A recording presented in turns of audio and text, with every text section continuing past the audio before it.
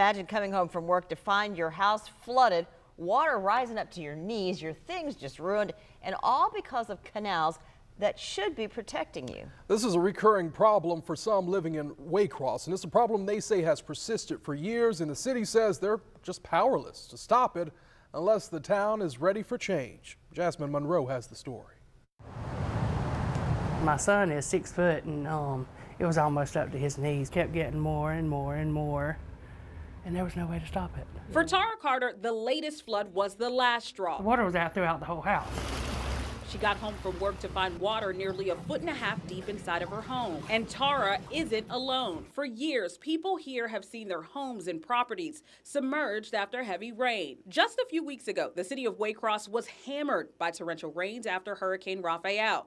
This wasn't just a one-off disaster, though. This is a repeat cycle of flooding that has left many in the area devastated, with some estimating their losses to be in the tens of thousands of dollars. Anything that was on the ground that got possibly contaminated, we throw away. But of course, we had to tear up the flooring. Really frustrated, because I think that maybe if these canals are cleaned out some, it can prevent this. But it's not just floodwaters that are the problem. The canals meant to drain the water have become dumping grounds in some areas. Basketballs, old tires, and even sometimes dirty diapers. You can see where debris and stuff still, It was overflowing, both sides was overflowing. We reached out to the city for answers, and they admit something needs to be done. But what that is may not be as easy as it seems. Containment ponds, we're about 8 short here.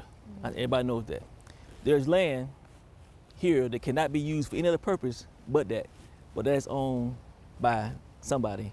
The city manager, Ulysses Rayford, who's been in office for about 1.5 years now, told us that the city is considering a long-term solution. A retention pond designed to divert floodwaters away from neighborhoods. But here's the catch. The land they need for the project isn't owned by the city. And I'm really hoping that the citizens who own that land truly understand this.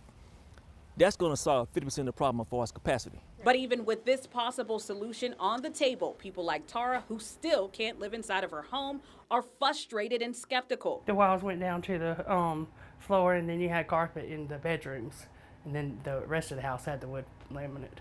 Yeah. But yeah, it looked like a normal house. They've been waiting for years for a fix, and many feel like they've been left to fend for themselves. And repairing the house wasn't in the budget this year, so I'm not really sure.